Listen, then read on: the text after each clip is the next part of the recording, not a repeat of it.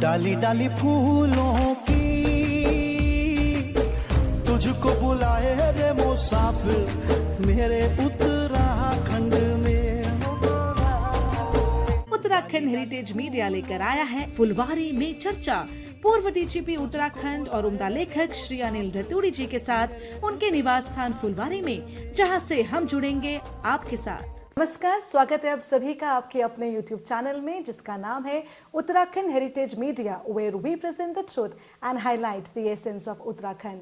और इस चैनल के माध्यम से हमारा उद्देश्य है उत्तराखंड की कला, संस्कृति, साहित्य, शिक्षा, स्वास्थ्य, पर्यटन के साथ साथ प्रख्यात शख्सियतों को आपसे रूबरू कराने का।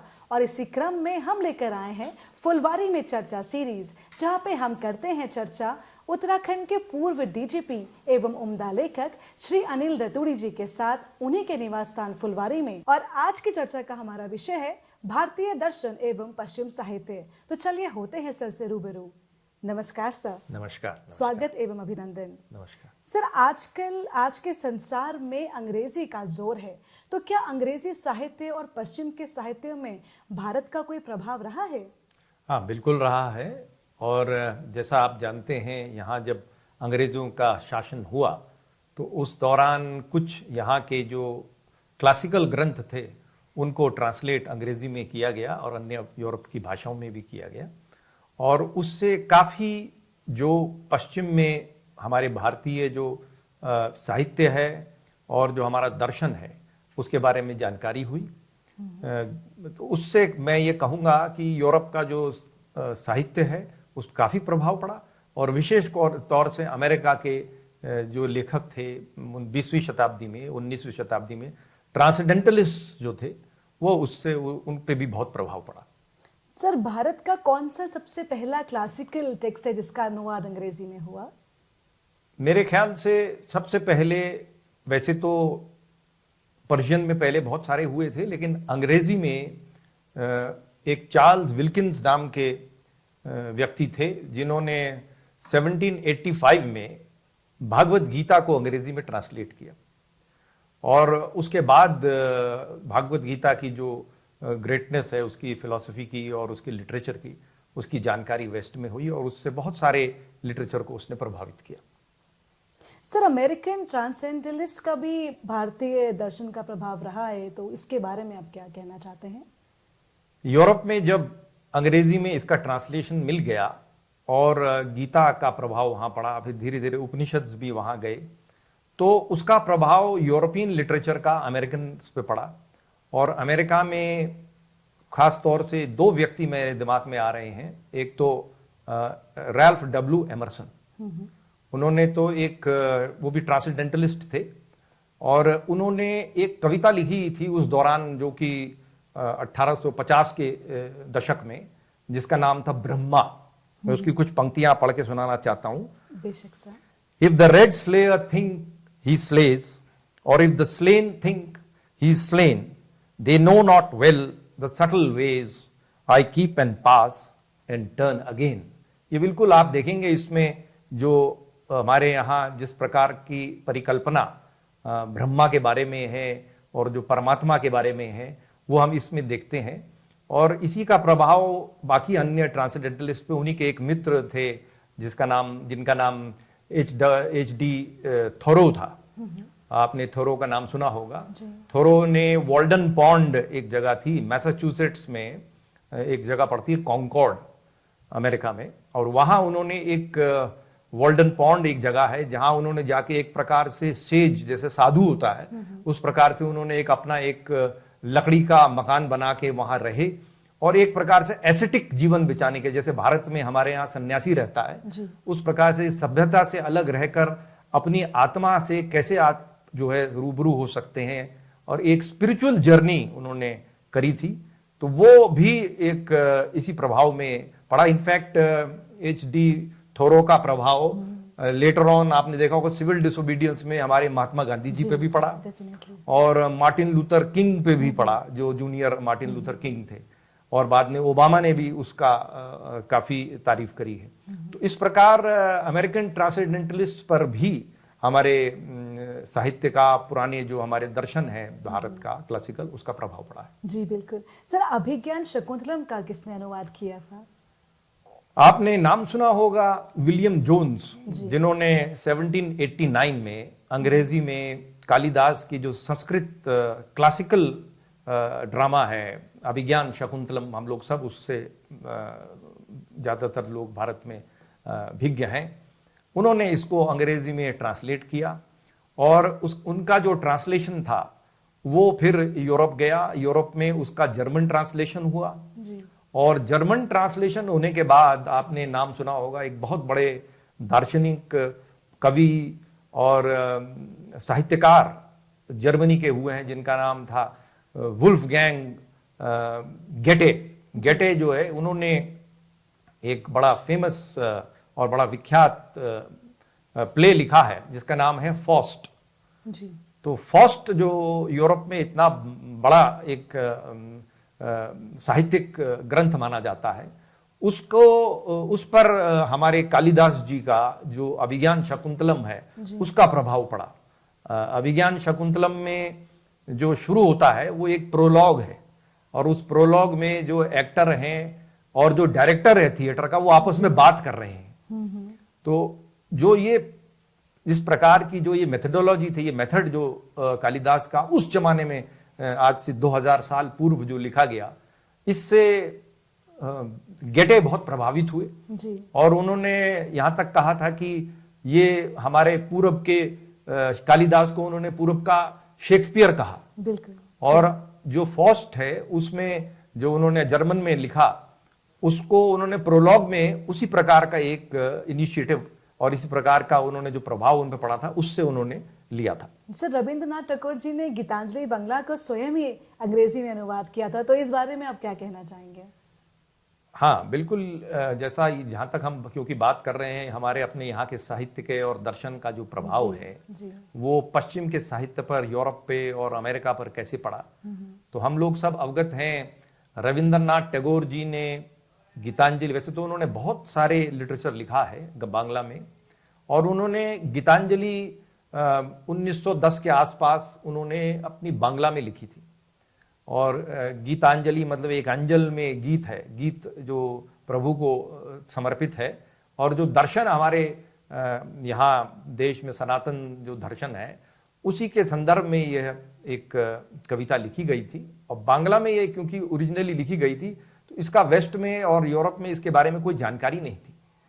लेकिन फिर उनके कुछ यूरोपियन लोगों से जब संपर्क हुआ और वो इंग्लैंड गए तो ये बात आई कि आप इसको अंग्रेजी में इसका अनुवाद करिए।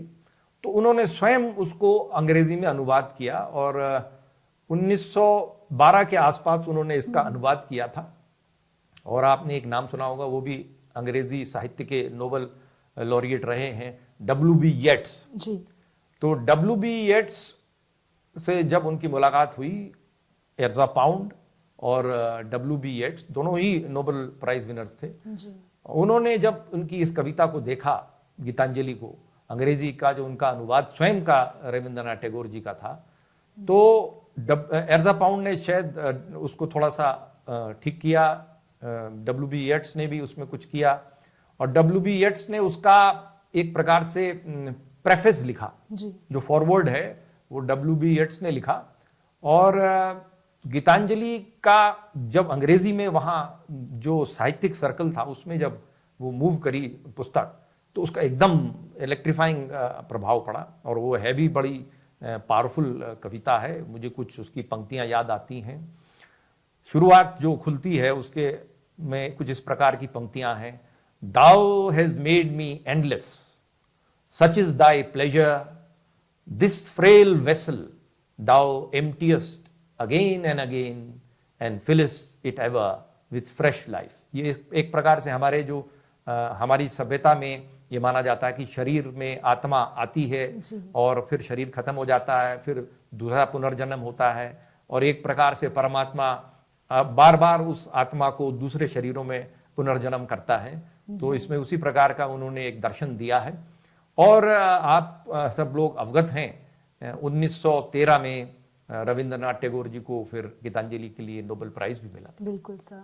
और सर 20वीं सदी की सबसे काफ़ी प्रख्यात कविता है द वेस्टलैंड, जो टी.एस. इलियट द्वारा रचित है। तो इस कविता में भी हमें भारतीय दर्शन काफ़ी दिखाई पड़ता है, तो इसके बारे में आप क्या कहना चाहेंगे?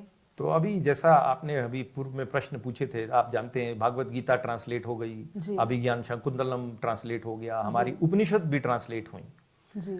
और लगभग ये जो सिलसिला ट्रांसलेशन का अंग्रेजी में हुआ या फ्रेंच में होना शुरू हुआ, ये लगभग 18वीं शताब्दी से शुरू हुआ, 1760s 80s के आसपास से शुरू होता है और अगले लगभग 100-150 साल में यूरोप में हमारे देश का जो दर्शन है या साहित्य है जो क्लासिकल है उसके बारे में काफ़ी जानकारी हो जाती है। उपनिषद को हमारे मैक्स मुलर जी ने भी ट्रांसलेट किया, वेदास को ट्रांसलेट किया, जो जर्मन थे, उन्होंने भी उसी समय लगभग ट्रांसलेट किया। इनफैक्ट गीता का आप अवगत होंगी, जो गीता का पहला ट्रांसलेशन हुआ था अंग्रेजी में चार्ल्स विल्किंस का, उसका जो फॉरवर्ड था वो आपने नाम सुना होगा, वॉरेन हेस्टिंग्स ने लिखा हुआ है। बिल्कुल। तो बाय द टाइम ये 20वीं शताब्दी आती है और एक प्रकार से ये विश्वास जो था कि विश्व में रीजन और साइंस एंड टेक्नोलॉजी मनुष्य को एक परफेक्शन की ओर ले जा रही है, वो परफेक्शन का एक बहुत बड़ा सदमा उसको लगा, उस विचार को, जब फर्स्ट वर्ल्ड वॉर आई 1914 में। और पश्चिम के जो विद्वान लोग थे उनको ये लगा कि साइंस और टेक्नोलॉजी और केवल तर्क के आधार पर जो हम आगे बढ़ रहे हैं ये केवल हमें परफेक्शन की ओर नहीं ले जाएगा, कहीं बहुत बड़ी एक त्रुटि है, हमें कहीं आध्यात्म की भी जरूरत है। बिल्कुल सर। तो एक बहुत मानवीय कविता, विख्यात कविता टी.एस. इलियट ने 20वीं शताब्दी में लिखी है जिसका नाम द वेस्टलैंड है। वो एक प्रकार से सिंबॉलिक पोएम है जिसमें जो एक स्पिरिचुअल डेजर्टिफिकेशन हुआ, जो एक प्रकार से आध्यात्मिक मरुस्थल बन गया पश्चिम, उसके संबंध में उन्होंने लिखी है और उन्होंने उसके लिए एक रास्ता ढूंढने का प्रयास किया टी.एस. इलियट ने।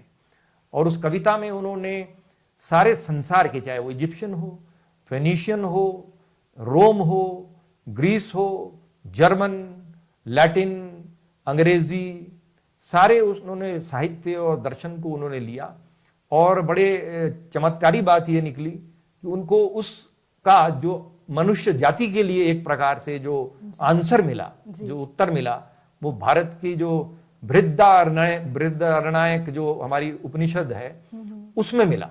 और उन्होंने, क्योंकि वो स्वयं संस्कृत पढ़े हुए थे, तो जो नोबेल प्राइज विनिंग उनका वर्क है टी.एस. इलियट का द वेस्टलैंड, उसमें 1922 में वो कविता आई है और उसमें सारी भाषाओं का समावेश किया हुआ है उन्होंने।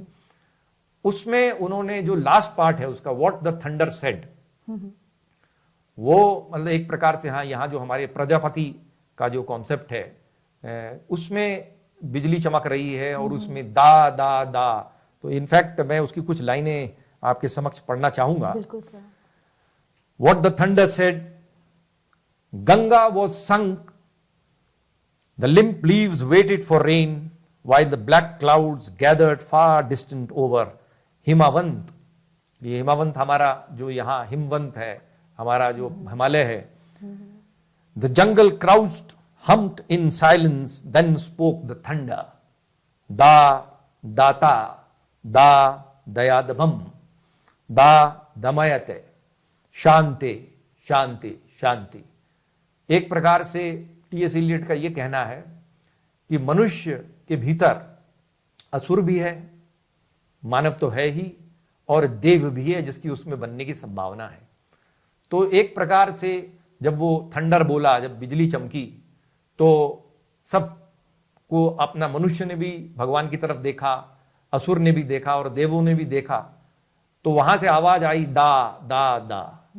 तो सब तीनों को एक एक बात समझ में आई, दा दा दा।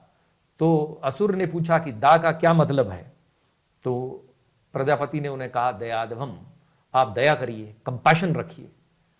मनुष्य ने जब पूछा कि दा का क्या मतलब है, तो वहां से जवाब मिला कि दाता, आप देव, गिव। और जब देवों ने पूछा दा कि इसका क्या अर्थ है, तो उन्होंने कहा दमयते, आप नियंत्रित करिए, कंट्रोल करिए अपने आप को। तो ये इस प्रकार की चीज है कि यदि किसी के पास शक्ति है, देवों के पास शक्ति है, और वो अनियंत्रित हो जाए, स्वयं अपनी शक्ति का दुरुपयोग करें, जी तो सब चीजें गड़बड़ा जाएंगी। जी उनको नियंत्रण करना। बिल्कुल सर। इसी प्रकार मनुष्य जो इसके पास संसार की ये वसुंधरा में सब कुछ भोगने के लिए है, वो अगर जो गिव करे, दाता बने, जी तो वो सेल्फिश ना हो। और असुर जो हैं वो कंपैशन लाए, उनके अंदर अगर जो दया आ जाएगी, तो ये तीनों चीज मनुष्य के अंदर है। तो मनुष्य यदि दाता बने और उसके अंदर दया भी रहे और वो अपने आप पे आत्मनियंत्रित रखे, तो वो देवता तक बन सकता है। बिल्कुल सर। तो ये आंसर एक प्रकार से वेस्टलैंड में टी.एस. इलियट ने भारत की पुरानी जो उपनिषद है उससे लिया था।